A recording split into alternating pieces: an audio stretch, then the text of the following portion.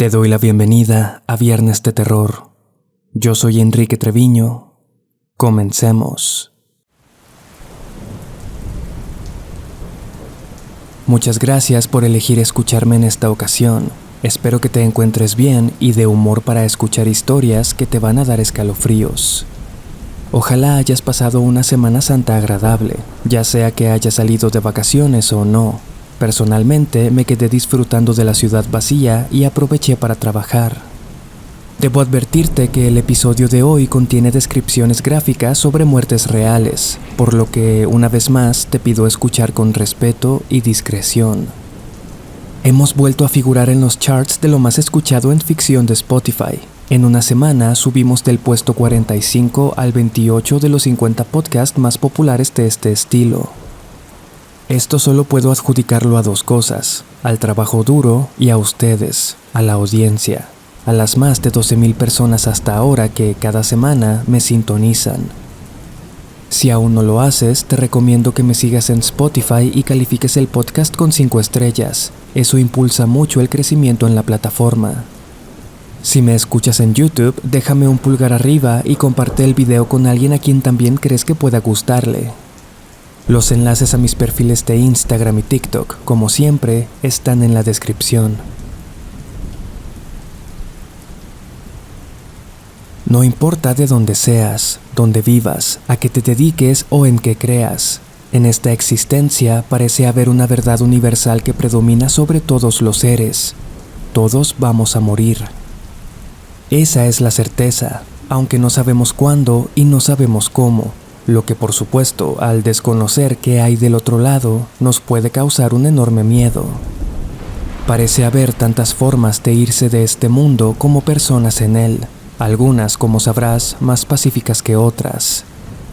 El sitio web Psicología y Mente compila varias formas de morir que se consideran las más dolorosas y o agónicas según la ciencia. Entre estas destaca la deshidratación, que lejos de solo morir de sed, implica un colapso en los órganos que producen diversos niveles de dolor. Ante la falta de agua, tu cuerpo comenzará a hidratarse usando otros líquidos, como el cefalorraquídeo, responsable, entre otras cosas, de proteger y amortiguar tu cerebro y médula espinal. Los riñones y los ojos se hinchan y se secan, conduciendo frecuentemente al coma antes de la muerte. Las quemaduras son otra de las maneras más agonizantes que existen de pasar al otro lado. Según el estudio, a medida que las llamas van consumiendo las capas del cuerpo, se producen dolores más y más intensos. Durante el proceso, el pánico puede hacerte entrar en un shock que te paraliza, mas no te desensibiliza. El atrofio muscular y la pérdida de sangre y líquidos hará que eventualmente tu organismo se detenga. Aunque para este punto es muy posible que ya no te encuentres con vida, debido a la intoxicación por los gases emitidos por la combustión. Otras formas que resaltan son el ahogamiento y el cáncer pancreático.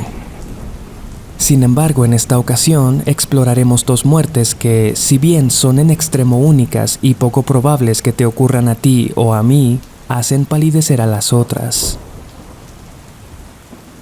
La planta nuclear de Tokaimura, en la prefectura de Ibaraki, en Japón, se encuentra a unos 120 kilómetros de Tokio, una de las fuentes de energía más importantes del país asiático, encargada de proveer electricidad y fuente de empleo de varios miles de personas.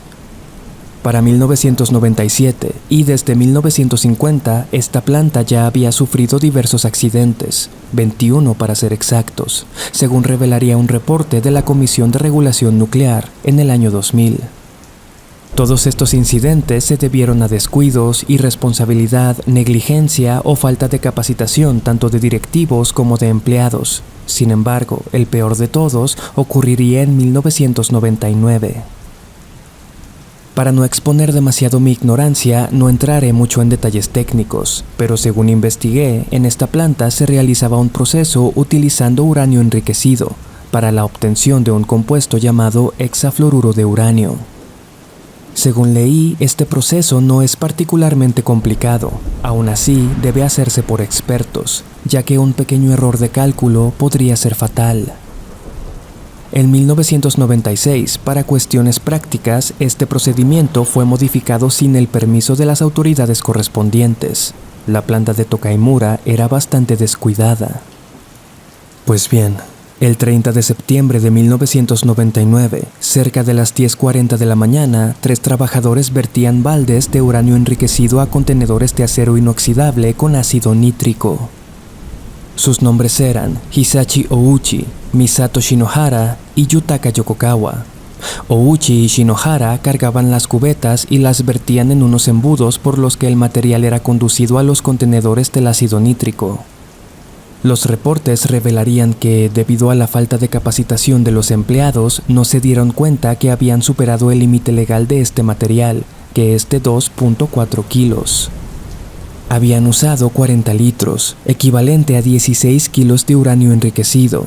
Se alcanzó una masa crítica y comenzó una reacción de fisión en cadena automantenida, acompañada de neutrones y rayos gamma.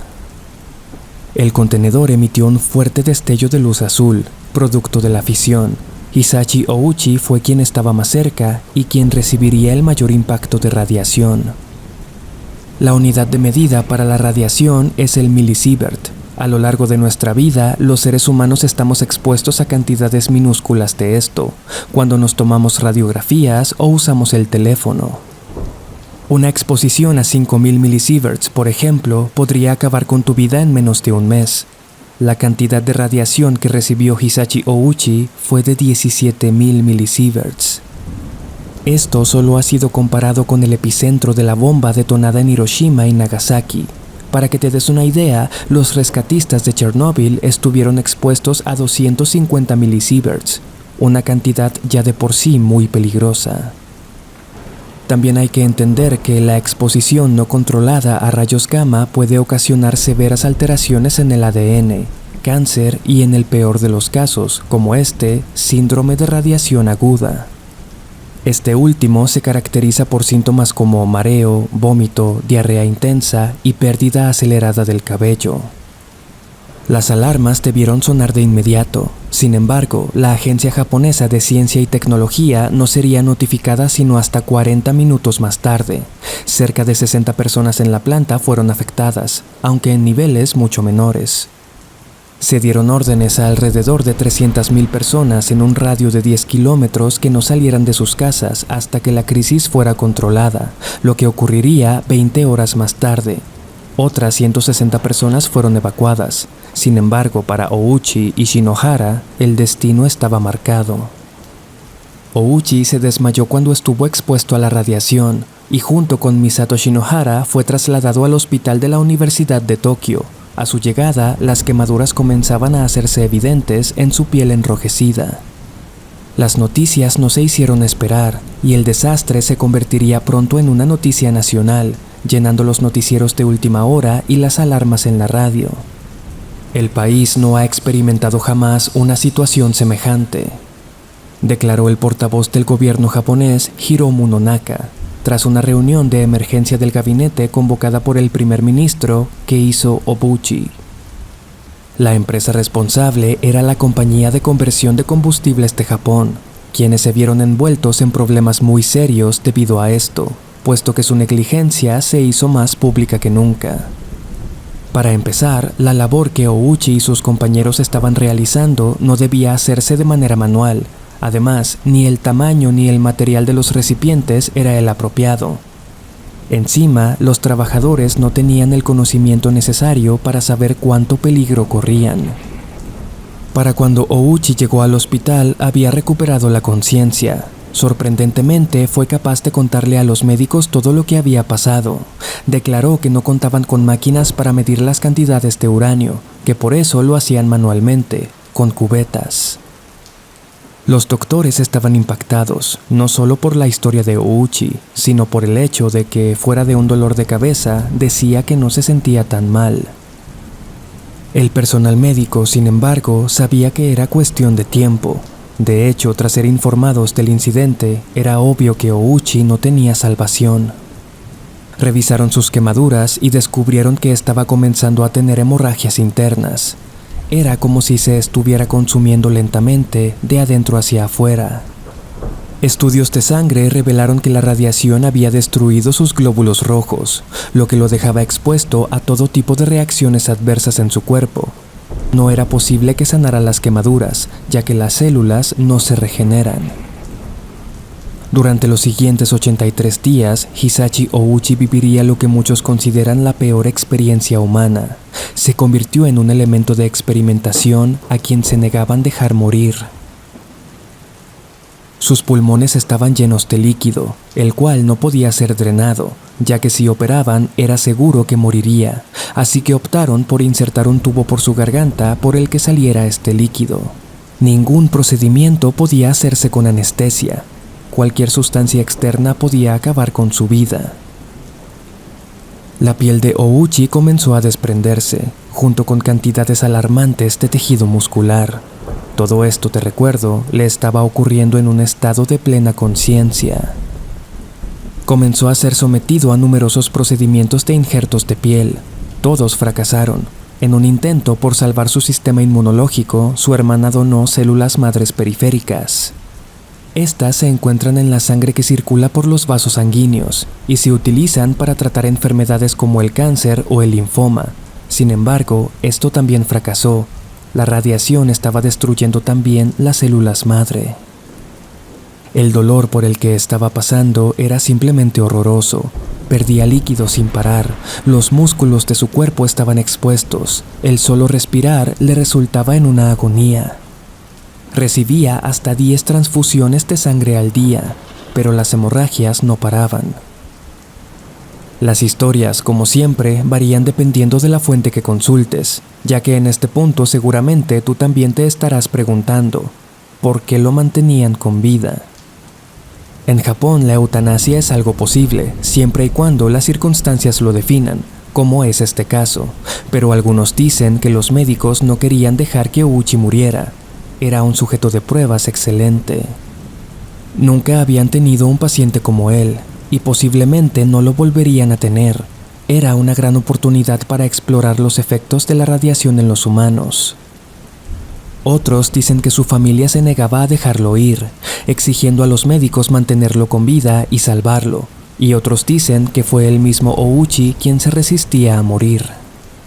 Esta última versión no tiene tanto sentido, ya que, según registros, en cierto punto, Ouchi, quien aún podía hablar, exclamó que ya no lo soportaba, que lo dejaran morir, que él no era un conejillo de indias. La versión más aceptada es que la compañía quería prolongar lo inevitable, los problemas legales que vendrían si aquel incidente resultaba en víctimas mortales. Existen algunas fotografías de Ouchi durante sus últimos días, imágenes que evocan diversas emociones, desde miedo, repulsión, tristeza y una angustia tremenda. Tal vez ya las hayas visto, pero si no, te recomiendo evitarlo, sobre todo si te consideras sensible. Es increíble asumir que lo que vemos es un ser humano, con vida. Una figura de carne viva expuesta, la cual está pegada al hueso, recostada en una camilla con las extremidades elevadas para evitar el dolor por el contacto con las sábanas. Ouchi suplicaba con las pocas fuerzas que conservaba que terminaran con su sufrimiento. En una ocasión, sus ojos derramaron lágrimas de sangre. A los 2 meses de su internamiento lo indujeron a un coma, y 23 días más tarde, el 21 de diciembre de 1999, falleció por una falla multiorgánica. Poco después, el 27 de abril del año 2000, Misato Shinohara, quien estaba manipulando el uranio con Ouchi aquel día, también falleció. En el año 2001, 6 funcionarios de la compañía responsable fueron llevados a juicio y condenados hasta con 3 años de cárcel, además de multas en compensación a las familias afectadas. De la vida personal de Ouchi no se sabe casi nada. Nació en 1964, teniendo 35 años al momento de su muerte. Dejó una esposa y un hijo pequeño detrás.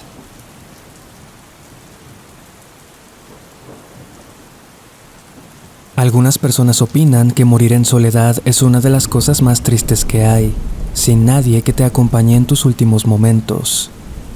a casi todos nos gustaría irnos de este mundo rodeados de nuestros seres queridos, o por lo menos de aquella persona a quien más hemos amado. La soledad que vivió Vladimir Komarov durante sus últimas horas, sin embargo, es mayor a la que cualquiera de nosotros podría experimentar, ya que él no solo estaba solo cuando supo que iba a morir, estaba en una pequeña cápsula orbitando la Tierra. Durante los 50s y 60s, Estados Unidos y la Unión Soviética sostuvieron una competencia conocida como la carrera espacial. Ambas potencias buscaban la delantera en cuanto a avances tecnológicos espaciales. En esta época ocurrieron grandes eventos como el lanzamiento del primer Sputnik y el alunizaje. Pues bien, es sabido que ambos países utilizaron animales para probar las condiciones del espacio con seres vivos. En el caso de los rusos se usaron principalmente perros, aunque también enviaron otros mamíferos como ratones y cobayas. Cabe resaltar que ninguno sobrevivió. Sin embargo, con el éxito de la misión de Yuri Gagarin, el primer humano en orbitar la Tierra, estaban listos para dar el siguiente paso.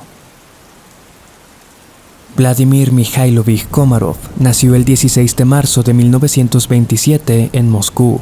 Fue un ingeniero aeronáutico y cosmonauta soviético. En 1964 comandó la misión del Vostochny 1, el primer vuelo espacial con más de un tripulante. El regreso del Vostochny 1 sirvió como propaganda para elogiar los logros de la Unión Soviética, pero no se habló de que los 3 tripulantes a bordo estuvieron a nada de no regresar con vida. La nave estaba construida para 2 tripulantes, pero presiones políticas exigían que fueran 3. Entonces, para hacer espacio, viajaron sin trajes espaciales. También se realizó sin ningún tipo de plan de emergencia. Esta prisa por demostrar superioridad ante sus rivales americanos los haría cometer varios errores. Uno de los peores ocurriría en 1967. El plan de la misión Soyuz era simple. El 23 de abril de 1967 lanzarían el Soyuz 1 con Vladimir Komarov a bordo. Un día después se lanzaría el Soyuz 2 con otro par de tripulantes. Una vez en órbita, los que estaban a bordo del Soyuz 2 saldrían, darían una caminata espacial, entrarían al Soyuz 1 junto con Komarov y volverían a la Tierra juntos. El día se llegó y el lanzamiento del Soyuz 1 salió de maravilla. Sin embargo, una vez en órbita, los problemas comenzaron. Uno de los paneles solares no se desplegó, lo que redujo drásticamente la energía. Esto no fue sorpresa. Los lanzamientos de prueba para esta misión terminaron todos en desastre. La nave que tripulaba Komarov era una chatarra y todos lo sabían. Sin embargo, el gobierno exigía una misión exitosa para finales de abril de ese año. Con el fallo del panel solar vinieron también fallos en el funcionamiento de los sensores de orientación y propulsión. Era momento de abortar la misión, pero como en el caso anterior, las cosas siguieron adelante. Abajo, el centro de control debía tomar una decisión inmediata. Se propuso enviar la Soyuz 2 antes de lo previsto para ayudar a Komarov, pero se decidieron por la segunda opción, hacer descender la Soyuz 1. Arriba, Komarov empezaba a desesperarse. Era un piloto experimentado y con un temple de acero. Sin embargo, ni dando de patadas furiosamente al panel solar logró que se desplegara. Aún así, por el radio se comunicaba de manera tranquila. De hecho, viéndose perdido, se dice que tuvo la oportunidad de hablar con su esposa y despedirse.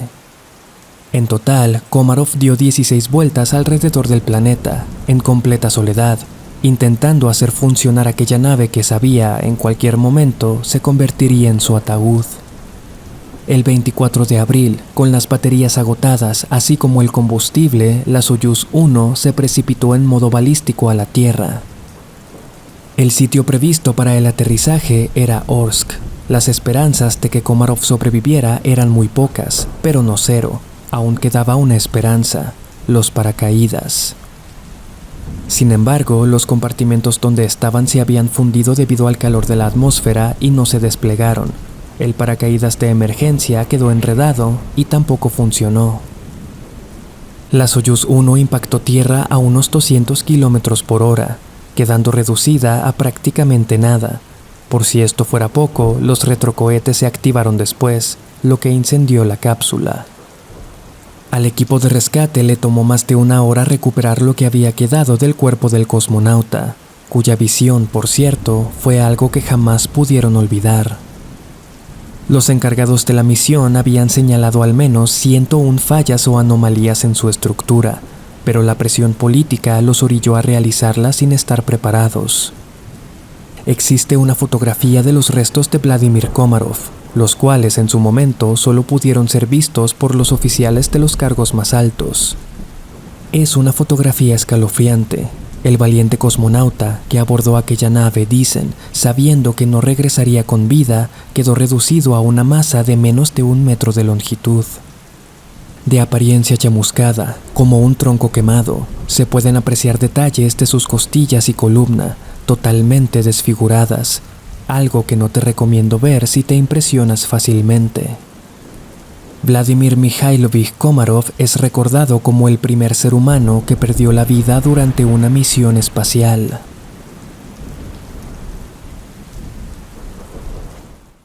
Muchas gracias por haber escuchado el episodio de esta semana. De verdad espero que te haya gustado. Por favor, no te vayas sin antes dejarme un comentario contándome qué te pareció y desde dónde me escuchas. Te recuerdo que los enlaces a mis perfiles de Instagram y TikTok están en la descripción. Yo soy Enrique Treviño. Hasta la próxima.